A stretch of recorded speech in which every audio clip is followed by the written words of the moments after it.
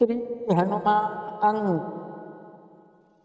महाबलवान भगवान हनुमान भगवान भूत विश्वनाथ शंकर के अवतार होने के कारण ये शंकर सुमन कहलाए। आत्मा के पुत्रा। जय श्री राम। श्री हनुमान अंग। महाबलवान भगवान हनुमान जी अंजनी पुत्र पवन सुत शंकर सुमन केसरी नंदन आदि पद संत शिरोमणि कवि शिरोमणि भक्त शिरोमणि कलि पावनावतार श्री तुलसीदास जी ने महाबलवान भगवान श्री हनुमान जी के लिए प्रयुक्त किए हैं।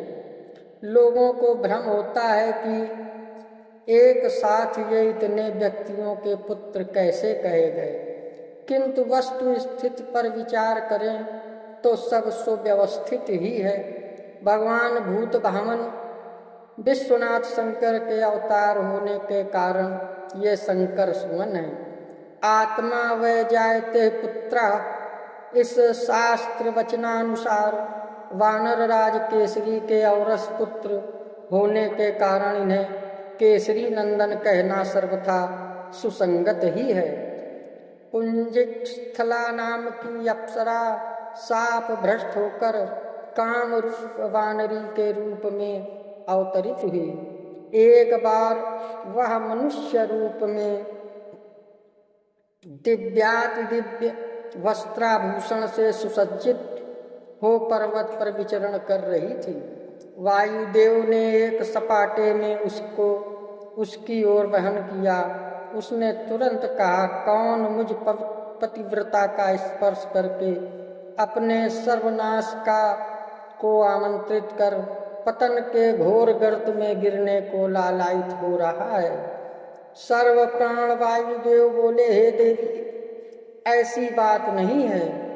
अनंत कोटि ब्रह्मांड नायक असरण शरण अकारण करुणावरुणालय निर्गुण निराकार भगवान भूभारा पहरणार्थ मानव रूप धारण कर रावणादि असुरों का कदन करने के लिए अवतरित हो रहे हैं। मैं उनकी सेवा के लिए तुम्हारे उदर में पुत्र रूप में आना चाहता हूँ, कृपया क्षमा करें। बस पवन सुत और अंजनी पुत्र रूप से इनकी विख्याति यही कारण है। इन सब बातों पर विश्वास न करने वाले सज्जनों से भी इतना मान लेने की आशा तो हमें रखनी ही चाहिए कि श्री हनुमान जी महाराज के रूप में एक निखरा हुआ व्यक्तित्व सबके सामने आता है।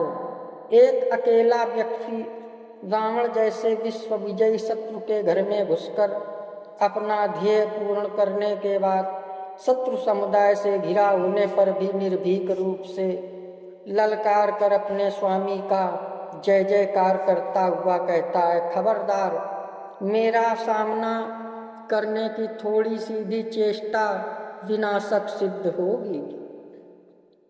मैं उन स्वामी का सेवक हूँ जो स्वयं अति बलवान हैं और जिनके अनुज भी वैसे ही हैं। वानरराज सुग्रीव उनके सेवक बन चुके हैं, जिनके बल पराक्रम की कहीं तुलना नहीं है। फिर मैं उन स्वामी का सेवक हूँ जिन्हें संसार में कठिन से कठिन कार्य करने में भी कोई क्लेश नहीं होता। मैं स्वयं भी वह हनुमान हूँ जिसके शरीर पर इंद्र का वज्र भी कुछ प्रभाव न डाल सका। समस्त संसार भी शत्रु बनकर अपनी सेवाएं मेरे सामने भेज दे तो मैं उनका विनाश करके ही छोड़ूंगा। याद रखो, मैं वायुदेव का पुत्र होने के कारण उतना ही बलवान भी हूँ। अजी और कहीं यह डींगा को पता भी है, यह रावण की लंका है जिससे सभी देव दानव थर्राते हैं। हमें इसकी चिंता नहीं, एक क्या हजारों रावण भी अकेले मेरे सामने नहीं टिक सकते। रावण के पास तो tank, machine gun, atom bomb, hydrogen bomb, rocket आदि हैं। तुम्हारे पास तो कुछ नहीं। ये सब के सब धरे ही रह जाएंगे जब मैं पर्वतों, पर्वत शिलाओं, वृक्षों, महावृक्षों से प्रहार करने लगूंगा तो सृष्टि उलट पुलट जाएगी। तुमसे जो करते बने करो। मैं सोने की लंका को तहस नहस कर रावण के देखते जगन माता जानकी के चरणों में प्रणाम कर अपना काम पूरा करके चला जाऊंगा और तुम सभी हाथ मलते और पछताते ही रह जाओगे। कहना ना होगा कि महाबलवान भगवान हनुमान ने ये सब की सब प्रतिज्ञाएं एकाकी, असहाय और अस्त्र बल, शस्त्र बल, सैन्य बल एवं संगठन बल से शून्य होते हुए भी केवल बुद्धि बल और बाहुबल के आधार पर परिपूर्ण की।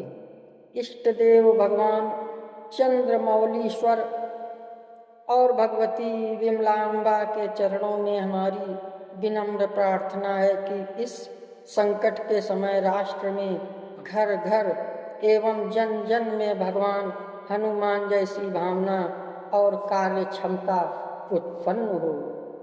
ये था श्री हनुमान अंक में महाबलवान भगवान हनुमान जी की गाथा।